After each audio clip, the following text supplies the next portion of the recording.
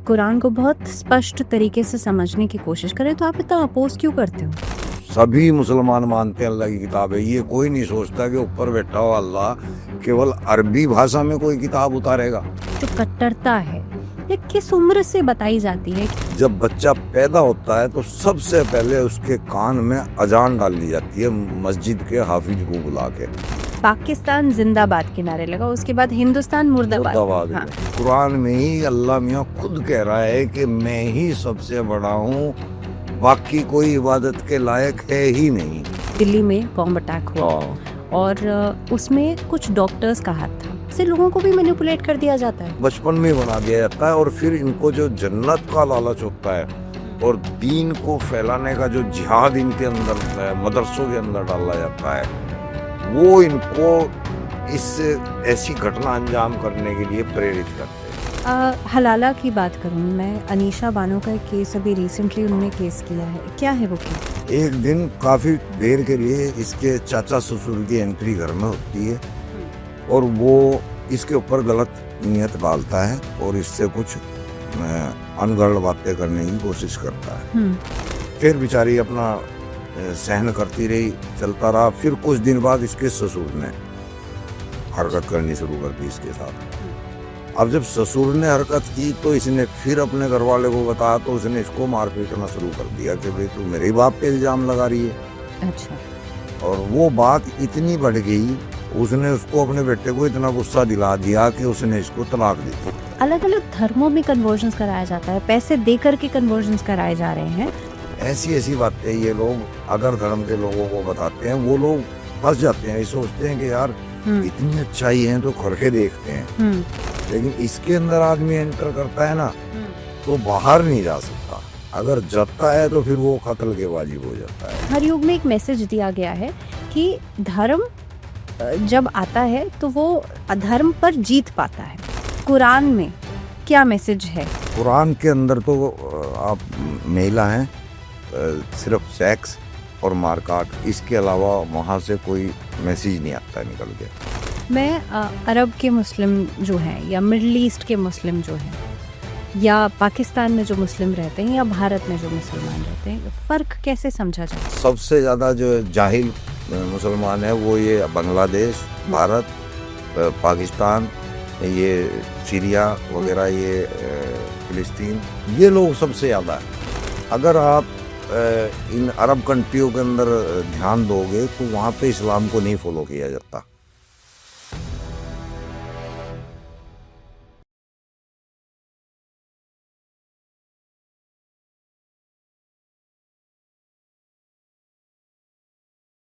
तो टाइम्स मंत्रा के साथ जुड़े रहिए। आप चैनल को सब्सक्राइब करें, वीडियोस को लाइक करें और बेल आइकन को जब आप प्रेस करते हैं तो आप हमसे जुड़े रहते हैं लगातार, क्योंकि मंडे टू थर्सडे नए पॉडकास्ट आपके लिए आते हैं इस चैनल पर। और जब भी कोई नया पॉडकास्ट या नया वीडियो आपके लिए आता है तो बेल नोटिफिकेशन से आपको ज़रूर पता लग जाता है कि हम आपके लिए कुछ नया लेकर के आए हैं। हमारे साथ सलीम वस्तिक जी हैं जो कि एक्स मुस्लिम हैं। और सर, सबसे पहले तो स्वागत है आपका। Thank you.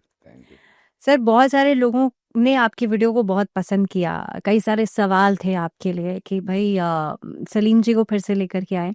और आपकी जो एक सोच है ना, उसको कहीं ना कहीं पे लोग उससे काफ़ी हद तक कनेक्ट कर पाते हैं। तो हमने पिछली बार कई सारे मुद्दों पर बात की थी, हमने इस्लाम पर बात की थी, आपने क्यों इस्लाम छोड़ा इस पर भी हमने बात की थी। लेकिन आज मैं शुरुआत करना चाहूँगी कुरान के साथ। अच्छा। आप कुरान को कई तरह से समझाते हैं, लेकिन अगर आज हम एक कुरान को बहुत स्पष्ट तरीके से समझने की कोशिश करें तो आप इतना अपोज क्यों करते हो?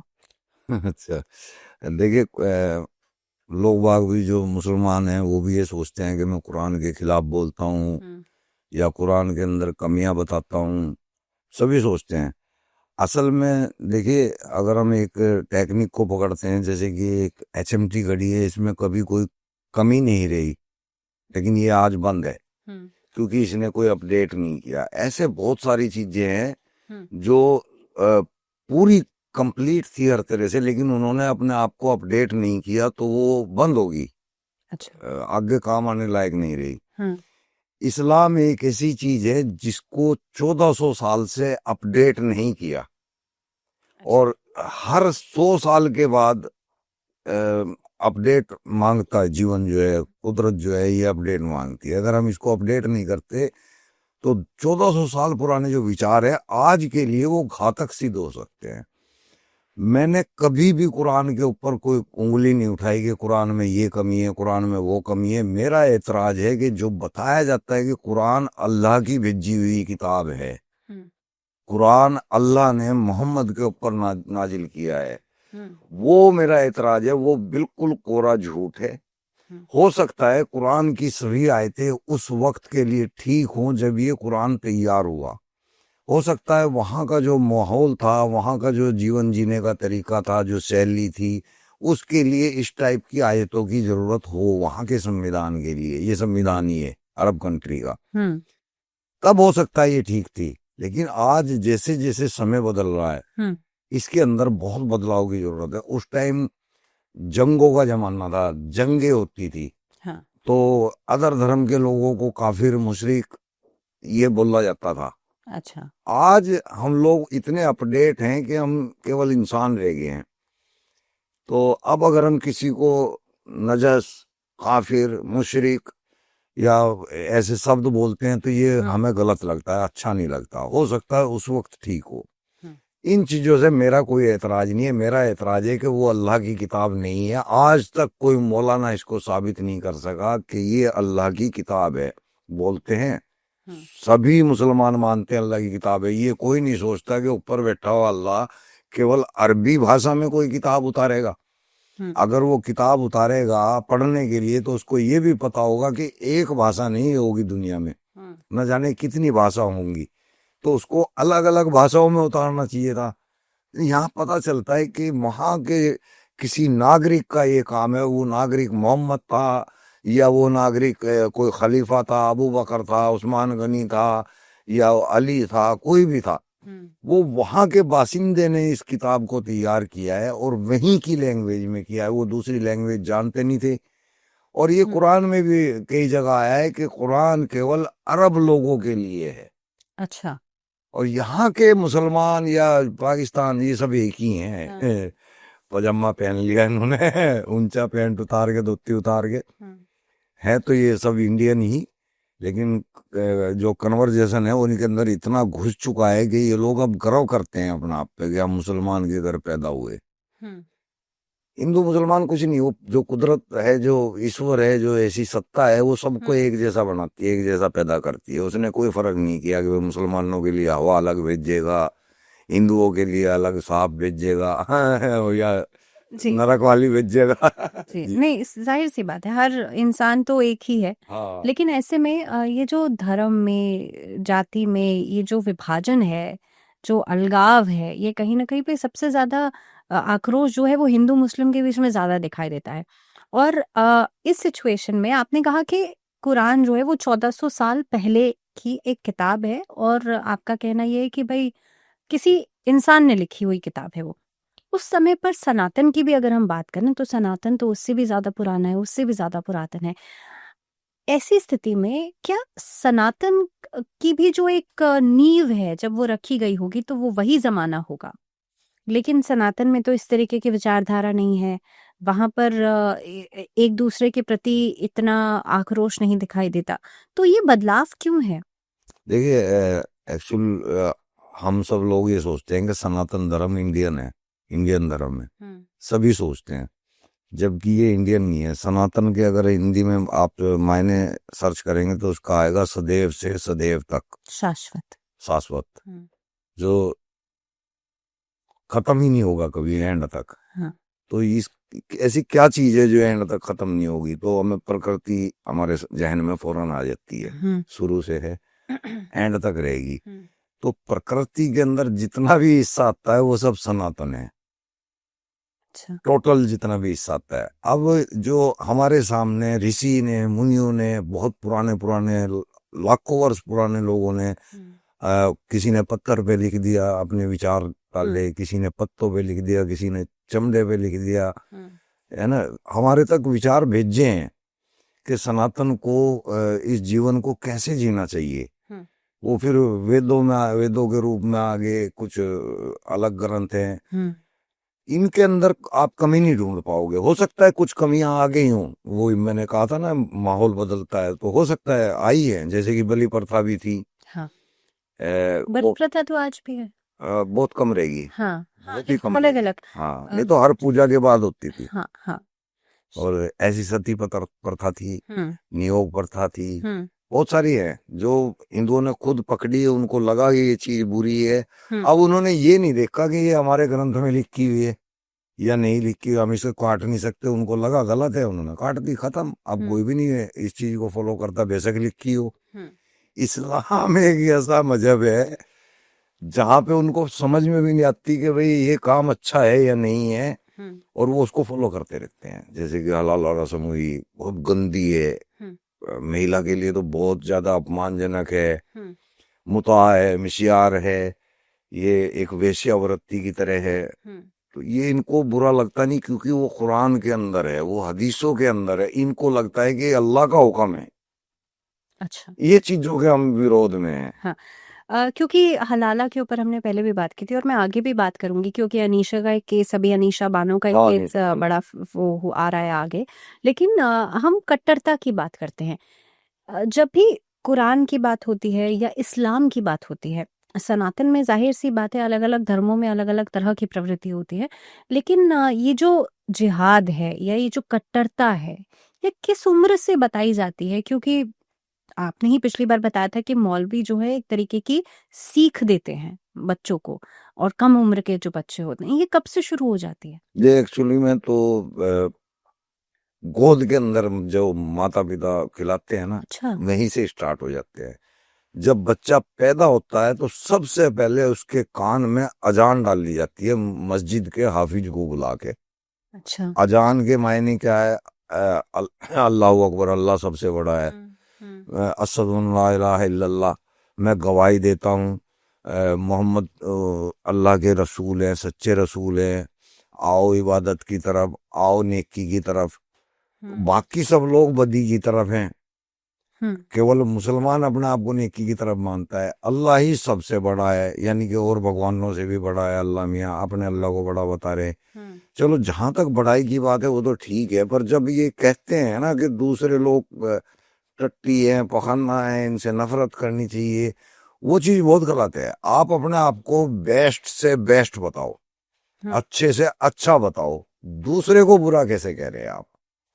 ऐसा सनातन में या हिंदू धर्म में कतई नहीं है। वहां पे आप देखेंगे, वहाँ इंसानों की कदर की जाती है, महिलाओं की कदर की जाती है, महिलाओं को देवी का रूप बताया जाता है, बच्चियों को देवी का रूप बताया जाता है। वहाँ हवा को देवता बोला जाता है, वहाँ धरती को माता बोला जाता है, वहाँ गाय को माता बोला जाता है, वहाँ कौवे पक्षियों को भी देवता बोला जाता है। तो ऐसे धर्म को क्यों ना अपनाए, ऐसे धर्म को क्यों ना सही मानने? और इस्लाम से जो है जानवर भी दुखी है।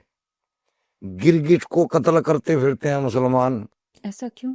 क्योंकि मोहम्मद साहब को जो है एक गिरगिट ने वो सॉरी हजरत यूसुफ थे, और एक गिरगिट ने एक जाल तोड़ दिया था, और वो दुश्मन को दिखाई दे गए थे कुएं के अंदर। तो इसलिए उसको मारने का हुक्म है।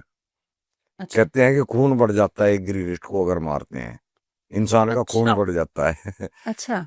तो वहां पे देखिए, तो यही आपने कहा कि ये जो सोच थी, हाँ, ये उस टाइम की थी, 1400 साल पहले की थी, लेकिन ये आज भी ये आज भी आज भी कायम है। तो ये आज हानिकारक है। सारे जीव परेशान है, बकरा क्या, कटड़ा क्या, मुर्गा क्या, गाय क्या, कुछ भी तो नहीं छोड़ते ये लोग। पक्षी तक नहीं छोड़ते, तितर बटेर हर कुछ जो भी हाथ में लग जाता है, कबूतर, उसको ही काट के खा जाते हैं। ये लोग इंसान के लिए भी हानिकारक हैं। ये अपने ही मजहब के लोगों को, यानी कि जो अलग अलग फिरके हैं, देवबंदी बरेलवी को काफिर बताता है, उससे लड़ता है। अच्छा। बरेलवी जो है अहले सुन्नत, अहले हदीस या देवबंदी या सिया, इन लोगों के खिलाफ सारे एक दूसरे को मारने के लिए वो। ये अलग अलग कौम है इसमें। हाँ, ये अलग अलग कौम है। हाँ, आपने एक बात कही कि अगर मैं सुप्रीम हूँ तो इसका मतलब ये नहीं है कि दूसरा नीचे है। हाँ, और ये चीज मैंने मूवी में देखी थी, अमरीश पुरी और सनी देओल वाली वो जो पिक्चर थी, जिसमें कहा था कि तुम नारे लगाओ। जहाँ कन्वर्जन करने की बात हो रही थी, अमीषा पटेल वाली वो बोल अच्छा रही थी। पाकिस्तान की हाँ, तरफ में। पाकिस्तान में जब वो गदर जब वो जाते हैं तो उनसे कहा जाता है कि पाकिस्तान जिंदाबाद के नारे लगाओ, उसके बाद हिंदुस्तान मुर्दाबाद। मुर्दाबाद हाँ, है। तो ये जो दो चीजें हैं कि मैं महान हूं, इसका मतलब ये नहीं है कि सामने वाले को हम नीचे गिरा दें। हाँ।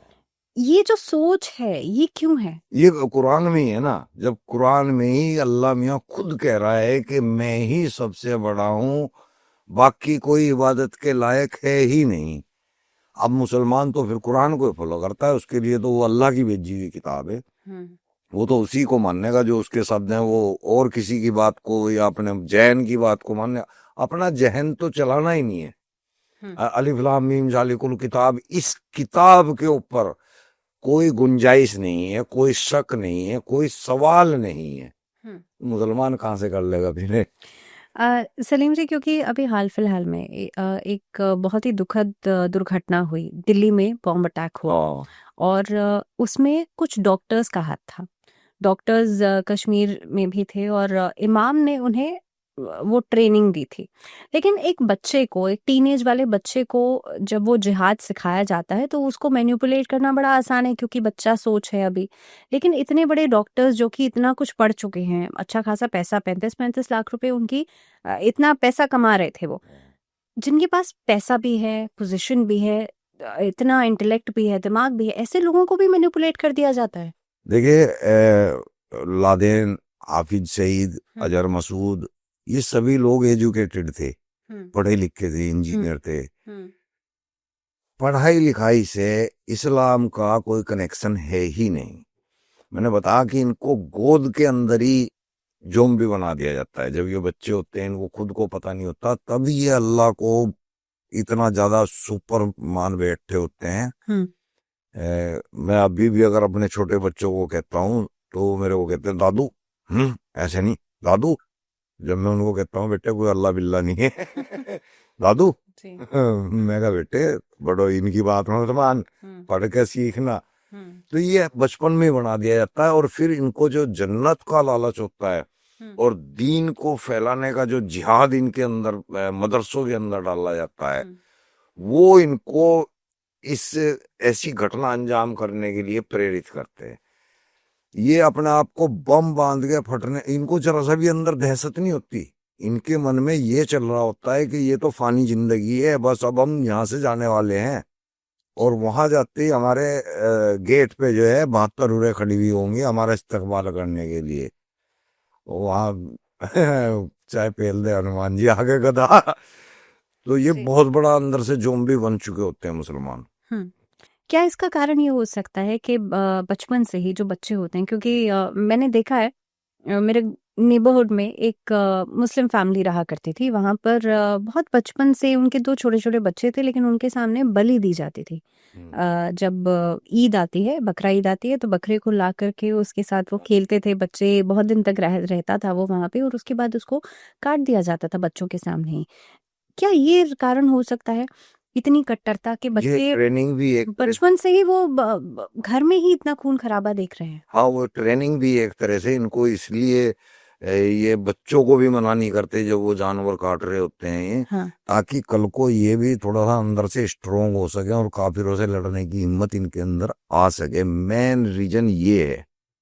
अच्छा, हलाला की बात करूंगी मैं। अनीशा बानो का एक केस अभी रिसेंटली उन्होंने केस किया है, क्या है वो केस? हलाला सूर्य बकरा की 230 के अंदर है। मुसलमान कहते हैं कि हलाला नाम का जिक्र कुरान के अंदर नहीं है। मान गया मैं, हलाला नाम का जिक्र कुरान के अंदर नहीं है। हमें हलाला नाम से कोई वास्ता भी नहीं है, तुम उसका नाम कुछ भी रख दो। वहां जो 230 पे प्रक्रिया लिखी हुई है कि अगर किसी ने अपनी बीवी को तलाक दे दी तो अब वो बीवी उसके लिए हराम हो गई।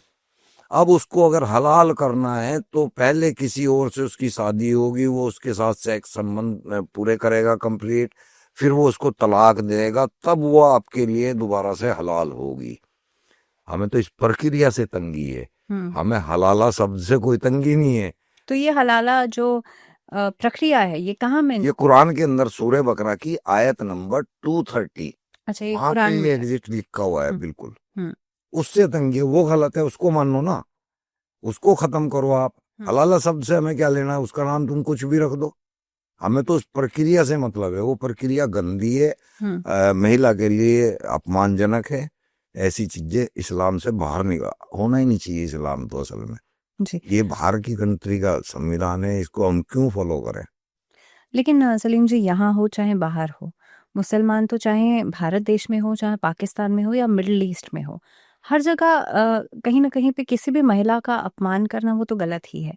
ऐसे में अभी ये अनीशा बानो का जो केस है, क्या है ये केस? ये एक्चुअली मेरे पास अभी कोई 5-6 महीने पहले मुकदमा आया था।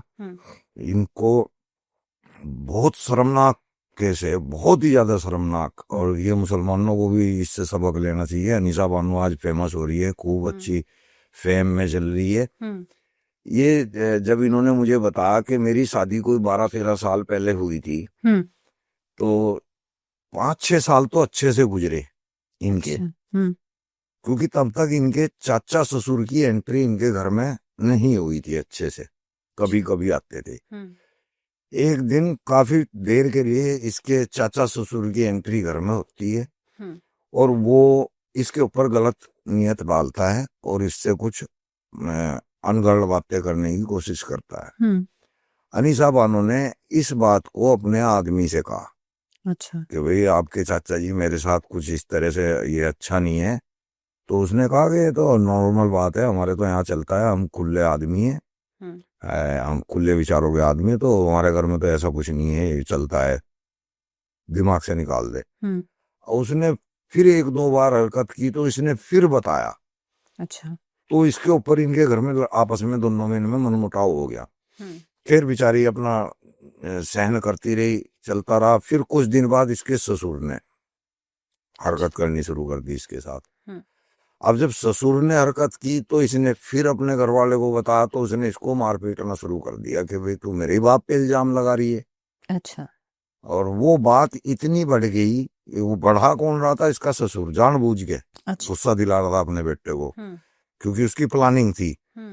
उसने उसको, अपने बेटे को इतना गुस्सा दिला दिया कि उसने इसको तलाक दे दी। अच्छा। 3 तलाक। अब 3 तलाक के बाद ससुर बोलता है अपने बेटे से कि भाई तूने बहुत गलत करा, तलाक देगा, और अब ऐसा करते हैं, घर की बात घर में ही रख लेते हैं, उसका हलाला करा देते हैं, मैं ही कर दूंगा, कहीं बाहर भी कराने की जरूरत नहीं है, और उसको घर में ले लेते हैं। अब वो आदमी वो भी तैयार हो गया, उसने इसको अनीशा बानो को कहा कि भाई चलो हलाला कर लेते हैं और वापस आ जाते हैं, गलती होगी। तो वो हलाला करने को तैयार नहीं, वो कह रही कि मैं ऐसी रस्म करूंगी नहीं, क्योंकि उसको इसके ससुर की नियत का पहले से पता था। तो ये उसने चाल चली बहुत तगड़ी, घुमा घूम के। अब वो 2 बच्चे उसके बेचारी के वहां फांस रखे हैं, एक लड़का एक लड़की, और वो लड़की भी ऐसी इतनी जवान तो हो चुकी है कि उसके साथ कुछ भी गलत हो सकता है, वो लोगों की मानसिकता ऐसी है। तो हम लोगों ने इसके खिलाफ आवाज उठा रखी है, देखते हैं उसके साथ न्याय होगा या नहीं होगा, देखते हैं। लेकिन सलीम जी, आपने ट्रिपल तलाक की बात की इसमें, लेकिन अब तो वो कानून है ही नहीं। कानून भी नहीं है, और इस तरह की ट्रिपल तलाक इस्लाम में भी नहीं है।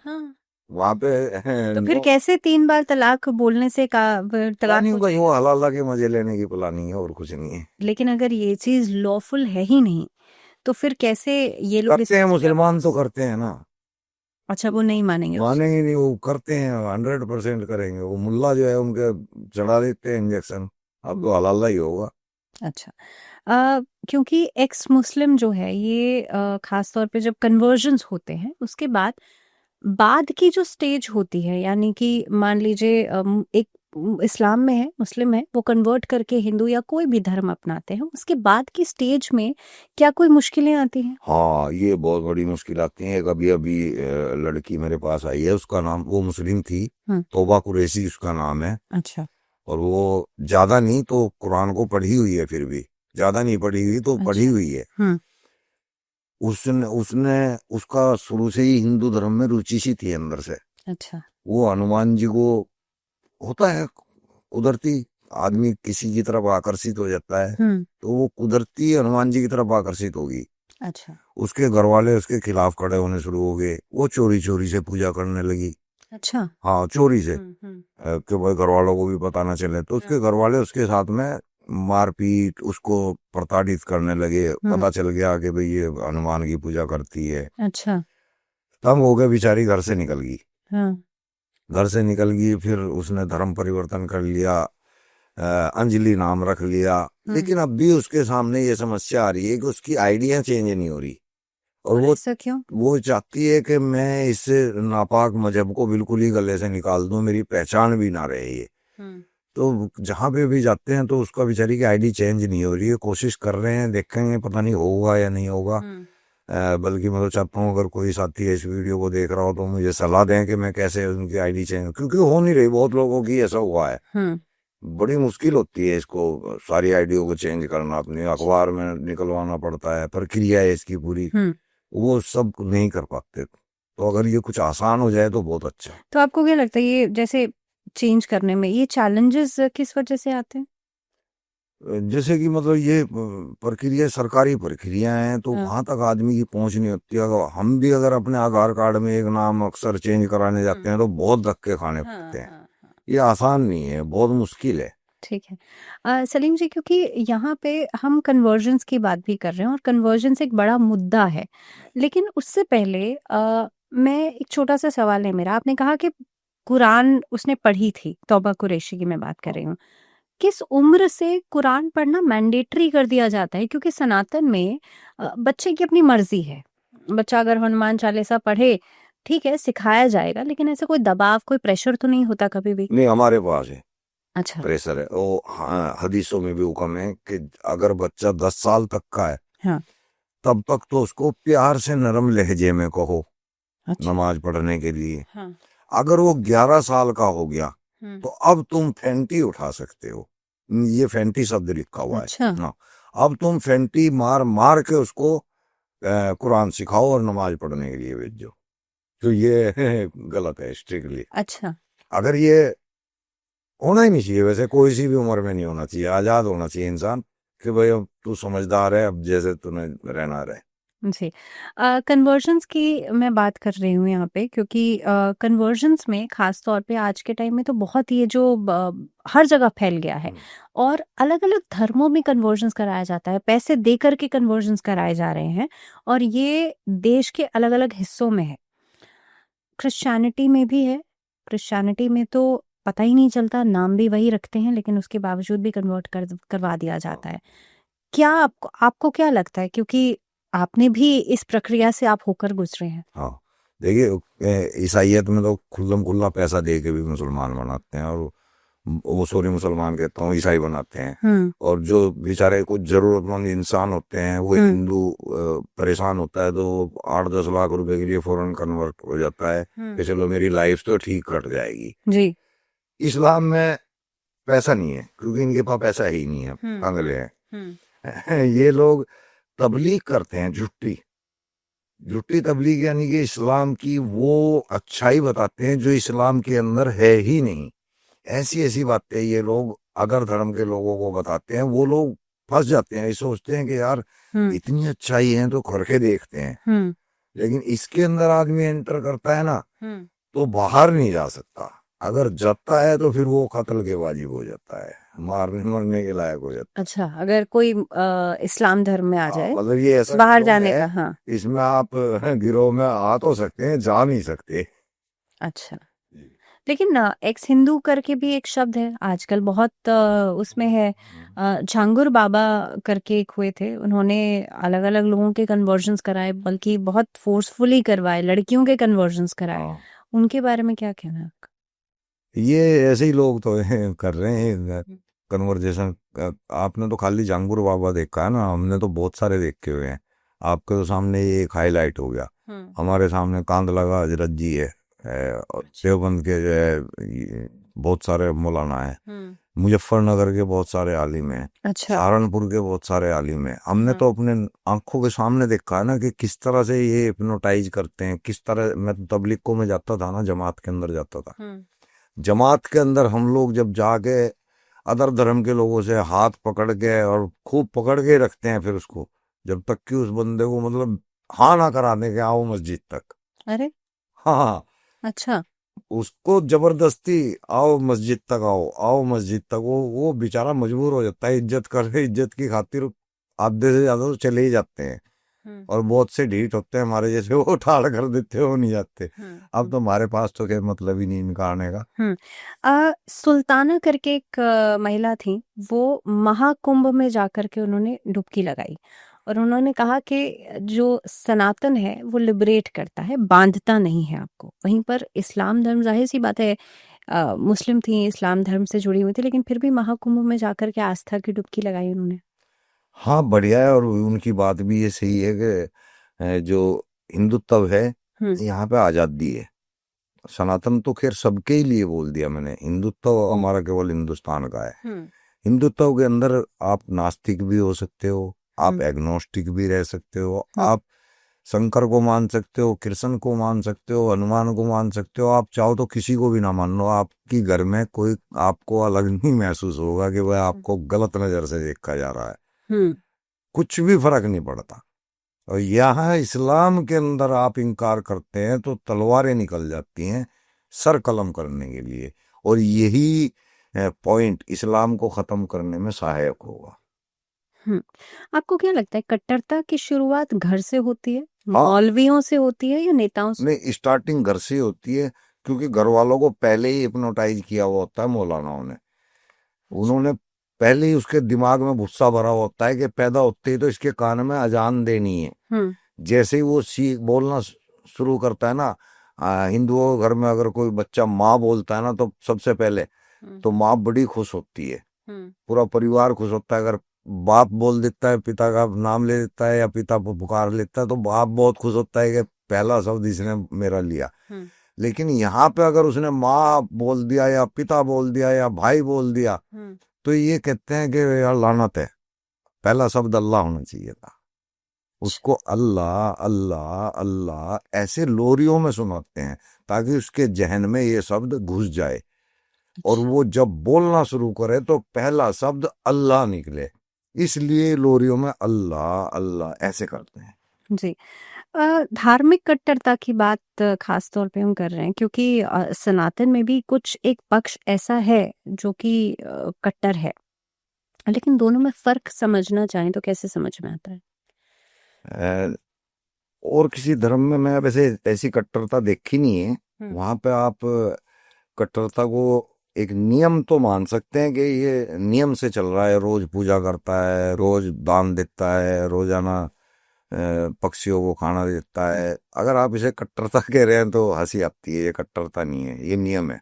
कट्टरता वो है जब सूरह तौबा की 29 हम पढ़ते हैं, वहां पे लिखा हुआ है कि जब तक एक भी हिंदू है दुनिया में, एक भी काफिर है, तब तक लड़ते रहो, जब तक कि सारे मुसलमान ना हो जाए, कलमे का शरीक ना हो जाए, तब तक उनको मारते रहो। ये होती है कट्टरता, इसको फॉलो करना कट्टरता है। वो तो मानवता है जो अदर धर्म के लोग, अदर धर्म में भी मेरे ख्याल से ईसाइयत में ऐसा नहीं है, जबूर में ऐसा नहीं है, तोरा में ऐसा नहीं है, केवल हिंदुइज्म के अंदर ऐसा है। सलीम जी, शिक्षा एक ऐसा, मुझे लगता है एक एस्पेक्ट है, एक ऐसा पहलू है जो कि आज के ज़माने में हर कोई ले रहा है, और चाहे इस्लाम से जुड़े हुए लोग भी हों, यानी कि मुस्लिम भी हों, उनके बच्चे भी शिक्षा तो लेते ही हैं। लेकिन आपको नहीं लगता कि शिक्षा लेने के बावजूद भी वो जो ह्यूमैनिटी वाला पार्ट है, जो इंसानियत वाला पार्ट है, जब लोग ऐसे टेरर वाले अटैक करते हैं या टेररिज्म से जुड़ जाते हैं, डॉक्टर्स की मैं बात कर रही हूँ बॉम्ब अटैक में, तो वो शिक्षा का लेना भी कहीं ना कहीं पे असफल समझ में आता है? वो असफल ही है, क्योंकि उनके दिमाग में शिक्षा सिर्फ इस जीवन को जरूरत के हिसाब से जीना। यहाँ पे आप जरूरत के हिसाब से करेंगे जो भी आप, ये कैद खाना है मुसलमान के लिए, ये इम्तिहान की जगह है दुनिया। असल दुनिया उनके दिमाग में बसाई हुई रहती है मरने के बाद, LIC वाला सिस्टम। असल दुनिया जो है वो मरने के बाद की है। वहां पे जो है एक एक दिन जो है 70 साल का होगा। आप ये कह रहे हैं कि मैंने हदीसों में हाँ हाँ, नहीं मतलब आप ये समझा रहे हैं कि जो जितने भी लोग मुस्लिम कम्युनिटी में हैं, वो अपनी जो असली लग्जरियस लाइफ है वो समझने की कोशिश करते हैं मरने के बाद। हाँ, वो मरने के बाद सोचते हैं कि ये लाइफ इससे भी बेटर लाइफ वहाँ है, ये तो कुछ भी नहीं है, असली लाइफ वहाँ है। ये तो बस गुजार लो। हम्म तो ये लोग डॉक्टर इंजीनियर केवल अपनी आजीविका के लिए करते हैं। इनका मकसद नहीं होता यहाँ पे जीवन में कुछ अच्छा करने का। हम्म असल मकसद इनका फटना ही है जिहाद के लिए। और इस्लाम में कर्म को कैसे डिफाइन किया जाता है? कर्म क्योंकि की वहां पे कोई औकात नहीं है। क्योंकि जैसे सनातन में तो आप जैसा भगवान श्री कृष्ण ने उपदेश दिए हैं कि कर्म का जो एक फल है वो इंसान को मिलता ही मिलता है। आप अगर उस चक्र से हटने की कोशिश करेंगे तो भी इंसान कर्म के बंधन से कहीं ना कहीं पे मुक्त जब हो जाता है तो वो मोक्ष की प्राप्ति कर लेता है। लेकिन अगर आप निरंतर कर्म कर रहे हैं, चाहे अच्छा चाहे बुरा, तो आपको उसका फल तो मिलेगा ही मिलेगा। लेकिन क्या अगर हम इस्लाम में इसे समझने की कोशिश करें तो क्या इसकी डेफिनेशन है? देखिए, इसकी डेफिनेशन मैं बिल्कुल सिंपल तरीके से समझाऊंगा। एक सलीम नाम है, एक रंजीत नाम है। सलीम ने अपने जीवन में जब तक जिंदा रहा, मरने के टाइम तक भी बुरे काम किए। अच्छा। मरने के टाइम तक भी, मरता हुआ भी बुरे काम करके गया। और वो जो रंजीत था, उसने अपने जीवन में एक एक कदम पे पुण्य के काम किए, मानवता के काम किए, सदकर्म किए, अच्छे कर्म किए। और वो मरा भी ऐसे ही कर्म करता हुआ। लेकिन जब वो दोनों मर के इकट्ठे ऊपर जाएंगे तो अल्लाह सलीम को जन्नत भेजेगा और रंजीत को जहन्नम भेजेगा। और ऐसा क्यों? वजह, उसने, रंजीत ने इस्लाम को कबूल नहीं किया। सलीम ने इस्लाम को कबूल किया हुआ था, उसने एक अल्लाह का इकरार किया हुआ था, मोहम्मद को उसका रसूल मानना हुआ था।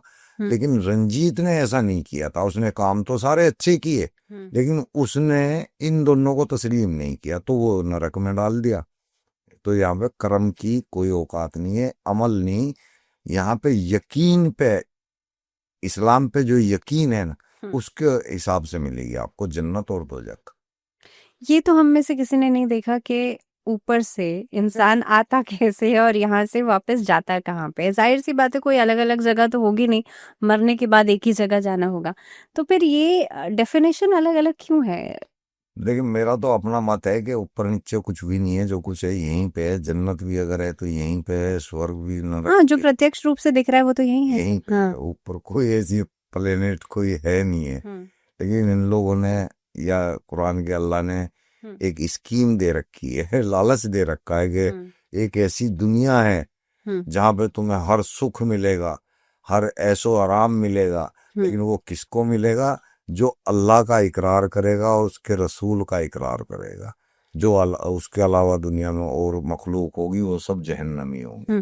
सलीम जी, यहाँ पे मैं महाभारत की बात करूंगी। जाहिर सी बात है क्योंकि आप इस्लाम धर्म भी आप समझते हैं और सनातन भी आप समझते हैं। पिछली बार भी आपने बहुत अच्छे से कुछ चीजें एक्सप्लेन की थी। महाभारत में एक सेना कौरवों की थी जिसमें शकुनी भी थे और अलग अलग तरह से उन्होंने षड्यंत्र रचे, अलग अलग तरह से पांडवों को हराने के लिए अलग कोशिशें करी। तो हर युग में, चाहे वो हम बात करें द्वापर युग की या उससे पहले के युगों की बात करें, हर युग में एक मैसेज दिया गया है कि धर्म जब आता है तो वो अधर्म पर जीत पाता है। तो नकारात्मकता जो है, नेगेटिविटी जो है वो खत्म होती है। ये एक मैसेज हमेशा से हम सुनते आए हैं। ऐसे में कुरान में क्या मैसेज है?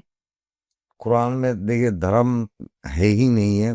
धर्म होते हैं हमारे कर्तव्य, जो मनुष्यों के जो है हर चीज के प्रति है।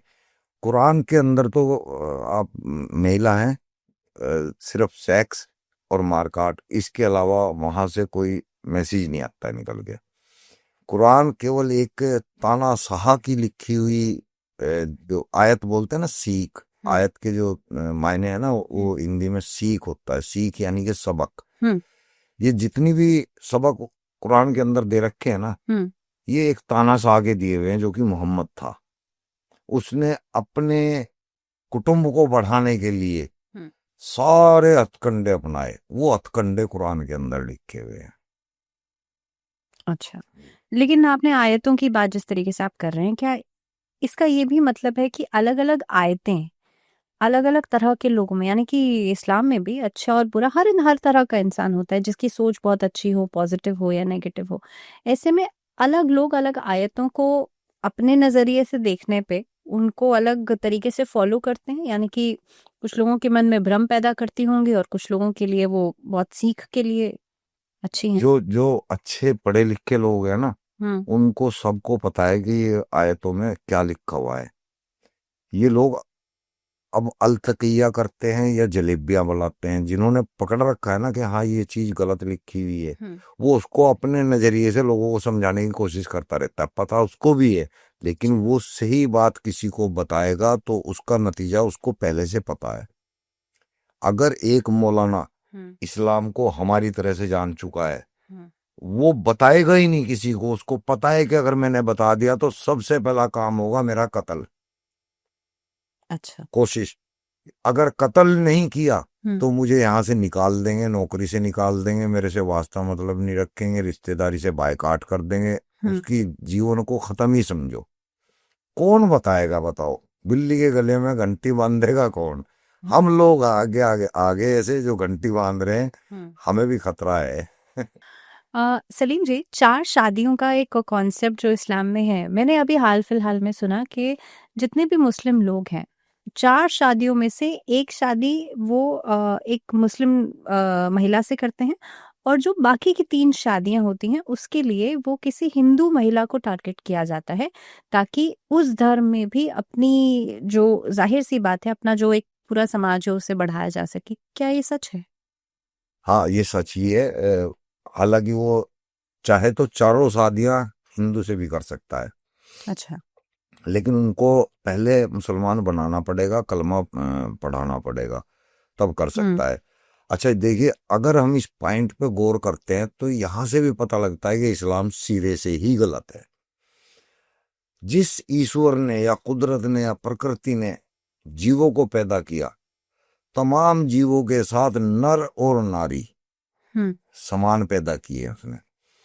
बहुत से ऐसे जीव भी हैं जो दो लिंगी हैं, द्विलिंगी बोलते हैं इसको, यानी कि वो उनका जोड़ा नहीं होता, वो जोड़े में नहीं होते, लेकिन उनके अंदर खुद ही अक्षमता होती है नर और मादा की। जी, जी। वो वहां से प्रजनन अपने आप ही करते हैं। यानी कि कुदरत के अंदर जितने भी जीव हैं सब जोड़े में हैं। लेकिन यहाँ अल्लाह क्या कह रहा, तुम जोड़े में आ जाओ, 4-4 ले लो एक के साथ। ऐसा कैसे पॉसिबल है जब ईश्वर ने सबके लिए एक नियम दिया है? यहाँ पे 4-4 कैसे कह रहा है अल्लाह मियाँ? यहाँ से पता चलता है कि ये किसी अय्यास का काम है। रीजन क्या है इस चीज का, ये 4 शादियों का? अय्यासी। उस वक्त लोंडीबाजी का जमाना था, मोहम्मद के वक्त में गुलामों के साथ सेक्स करने का जमाना था, अदर धर्म की लड़कियों को गुलाम बना के उनके साथ सेक्स करने का जमाना था। ज्यादा से ज्यादा महिलाओं को क्योंकि सम्मान ही नहीं था। लेकिन सलीम जी, ये रानियां जो हुआ करती थी वो तो यहाँ के राजाओं की भी हुआ करती थी। अब वो पहले से चलता, ये सऊदी अरब के अंदर भी तो सनातन ही था पहले, तो ये स्टार्टिंग से चलता आ रहा था।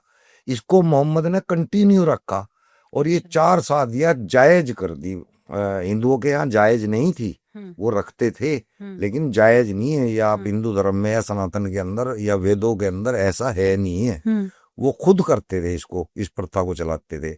इस्लाम ने इसको लिखित में कर दिया, तुम 4-4 शादियां करो। मैं अरब के मुस्लिम जो हैं या मिडिल ईस्ट के मुस्लिम जो हैं या पाकिस्तान में जो मुस्लिम रहते हैं या भारत में जो मुसलमान रहते हैं, फर्क कैसे समझा जाए? भारत, पाकिस्तान, क्योंकि मिडिल ईस्ट वाले तो काफी हद तक यूरोप वाला कल्चर भी, टर्किश जो मुसलमान है या मिडिल ईस्ट वाले जो हैं वो काफी हद तक वो यूरोप वाला कल्चर भी तो फॉलो करते हैं। हाँ, मैं वही बता रहा था कि सबसे ज्यादा जो जाहिल मुसलमान है वो ये बांग्लादेश, भारत, पाकिस्तान, ये सीरिया वगैरह, ये फिलिस्तीन, ये लोग सबसे ज्यादा हैं। अगर आप इन अरब कंट्रियों के अंदर ध्यान दोगे तो वहां पे इस्लाम को नहीं फॉलो किया जाता। वहां पे इस्लाम के खिलाफ कार्य होते हैं, जैसे कि जुआ खाना है, शराब के ठेके हैं, सिनेमा हॉल्स है, फोटोग्राफी है, ब्याज का खुला कारोबार है। ये सब चीजें कुरान के अंदर हराम है।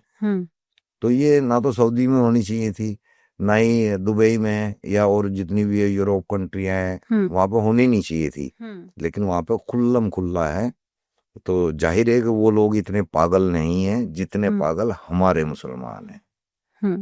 पिछली बार भी आपने समझाया था मुता या मिस्यार क्या है, लेकिन मैं और बेहतर तरीके से समझना चाहती हूँ कि कहीं ना कहीं पे क्या इसके ऊपर कोई कानून अभी तक नहीं बना। बनना चाहिए वैसे, हम्म तगड़ा स्ट्रिक्ट कानून बनना चाहिए। ये ओपन वेश्यावृत्ति है, बिल्कुल ओपन।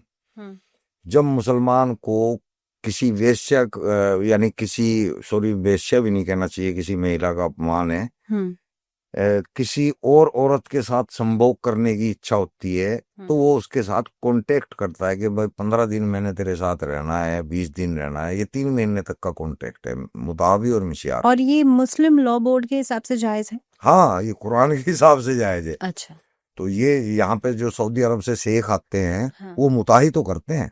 यहाँ से जो लड़कियों को ले जाते हैं 12-12 साल की, 13-13 साल की, 14-14 साल की, वो मुताहा और मिशियार के उससे ही लेके जाते हैं। अच्छा। कॉन्ट्रैक्ट 2 महीने का, 1 महीने का, उसी हिसाब से वो रकम अपनी इसको पे करते हैं। यानी कि जो वो कहा जाता है कि ये कॉन्ट्रैक्ट मैरिज जिसे कहा जाता है, हाँ निकाह ही है, हाँ, लेकिन उसमें ये नहीं है कि इस उम्र की लड़की है, 12 साल की लड़की, तो जाहिर सी बात है अंडर एज हो। इस्लाम में उम्र का कोई वो नहीं है ना। इस्लाम में तो अगर लड़की को हैज आने शुरू हो गए, जैसे हैज बोलते हैं माहवारी को, तो वो बालिग होगी। अब चाहे वो 10 साल में आ जाए, चाहे 12 में आ जाए, चाहे 14 में आ जाए, वो बालिग है।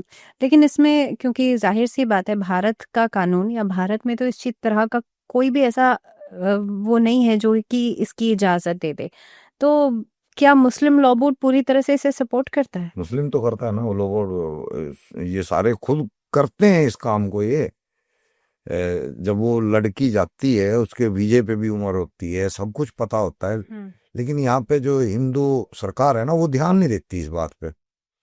अगर वो ध्यान दे तो ये सैकड़ों बच्चियां डेली जाती हैं। अच्छा। हाँ, कभी दुबई जाती हैं, सऊदी जाती हैं, सबसे ज्यादा दुबई और सऊदी के अंदर जाती हैं, क्योंकि ये बहुत पैसे वाली कंट्री है। और उसके बाद जब वो कॉन्ट्रैक्ट खत्म हो जाता है उसके वापस बाद भेज क्या? देते हैं। अच्छा, वापस भेज दिया हाँ, जाता है। तो लेकिन ना ऐसे में जाहिर सी बात है लड़की की मर्जी, उसकी कोई जरूरत नहीं है। 10 साल की लड़की क्या मर्जी बताएगी अपनी? उसको तो पता ही नहीं, वो तो यूं रहती है कि मुझे कहीं घूमने भेज रहे हैं, उसको कुछ पता ही नहीं होता। उसके साथ तो एक तरह से बलात्कार हो रहा है। वो जब बेचारी को उसको वहां ले जाते हैं, अकेली होती है ना, वो भाई को देख सकती, ना बाप को देख सकती, ना माँ को पुकार सकती, तो वहां उसके साथ पता नहीं कैसे कैसे होता है। और फैमिली इसमें इन्वॉल्व होते हैं। पैसे ले लेते हैं ना बाकायदा, ये तो इस्लाम का हिस्सा है ना, पैसा मिल जाता है। अच्छा, माँ बाप को पैसा दे दिया जाता है और उसके बाद तो बुरा काम है ही नहीं है ये, क्योंकि ये लिखा हुआ है इस्लाम के अंदर, हदीसों के अंदर।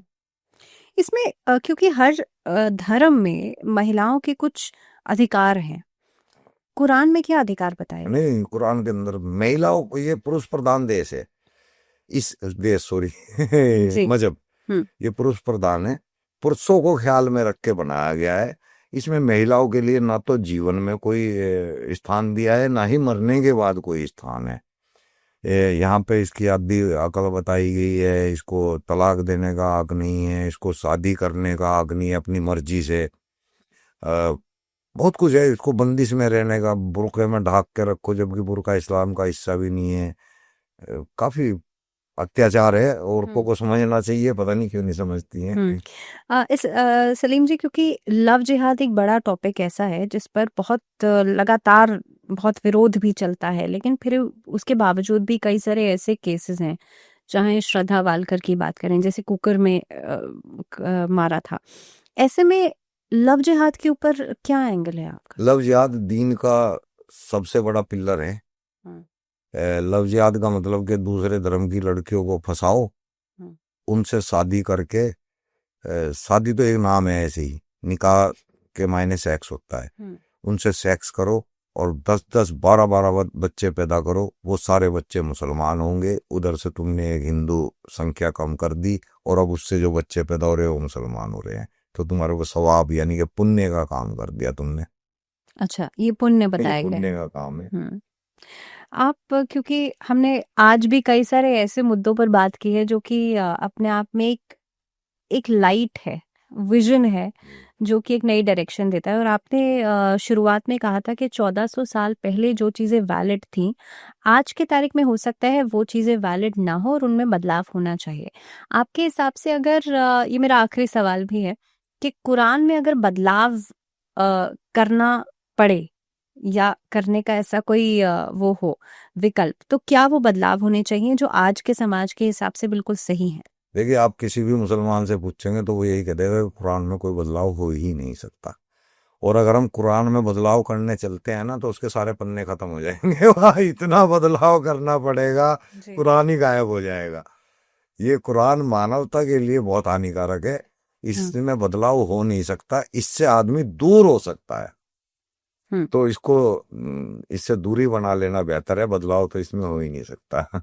सलीम जी, क्योंकि हम एट प्रेजेंट की बात तो कर ही रहे हैं और ऐसे बहुत सारे लोग हैं, आप भी उनमें से एक हैं, जो कि जाहिर सी बात है जो भी गलत चीज़ें हैं इस्लाम से जुड़ी हुई, या आपने जो बताया कि आज के समाज के हिसाब से बिल्कुल सही नहीं है, आप उनका लगातार विरोध कर रहे हैं। और भी ऐसे कई लोग रहे होंगे, पास्ट में भी रहे होंगे और फ्यूचर में भी होंगे।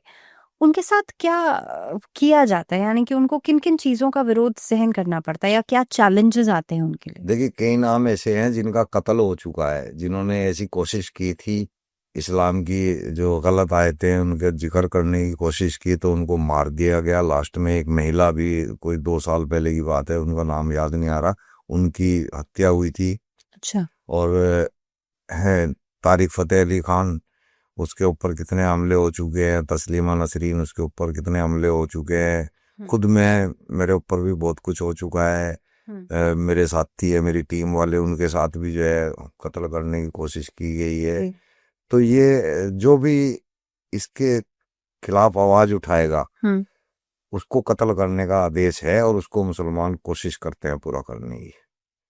सलीम जी, मेरा ये कहीं ना कहीं भी मन में क्यूरियोसिटी है, आपने ये सब कहा कि आपको डर नहीं लगता? मुझे एक्चुअली मैं एक और ऐड कर देता हूँ इसमें बात। मुझे आज तक खुद समझ में नहीं आया कि मैं इस काम को कर क्यों रहा हूँ। हर आदमी के पास कोई रीजन होता है। हाँ, क्योंकि इस सवाल का जवाब शायद सारी ऑडियंस जानना चाहती होगी, क्योंकि कई सारे लोग ऐसे हैं जिन्होंने आपके पिछले वाले पॉडकास्ट को बहुत पसंद किया, कई सारे सवाल भी उस पर आए थे। और मैं चाहूँगी शायद इस पॉडकास्ट पे भी जो सवाल लोग करना चाहें वो ज़रूर नीचे कमेंट कर सकते हैं। लेकिन ये सवाल बहुत बड़ा है क्योंकि हर चीज़ के पीछे एक मकसद होता है। आपका क्या मकसद है? हाँ, मैं मुझे खुद भी नहीं पता मेरा मकसद क्या है, मैं क्यों कर रहा हूँ। लेकिन ये फैक्ट है कि मुझे लगता है कि कोई ऐसी ताकत, कोई ऐसी ईश्वरीय शक्ति जिसको नहीं देखा जा सकता, जिसको नहीं समझा जा सकता, वो मेरे को पुश कर रही है।